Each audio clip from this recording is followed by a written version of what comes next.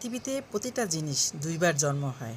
একবার হয় মাথায়, চিন্তায় এবং কল্পনায়, আর একবার হয় বাস্তবায়নে, ব্যবহারে এবং কর্মে।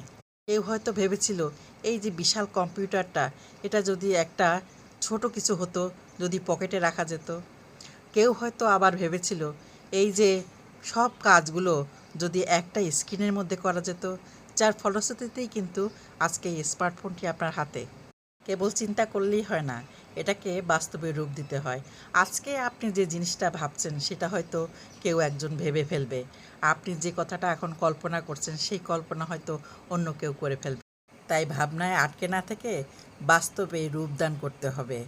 হয়তো এটা থেকেই নতুন কিছুর জন্ম হবে। তাই আমি বলেছি, প্রতিটা জিনিসেরই দুইবার জন্ম হয়। একবার আমাদের মাথায়, আর একবার আমাদের হাতে এবং কর্মে। তাই ভাবুন, কিন্তু করুন বেশি।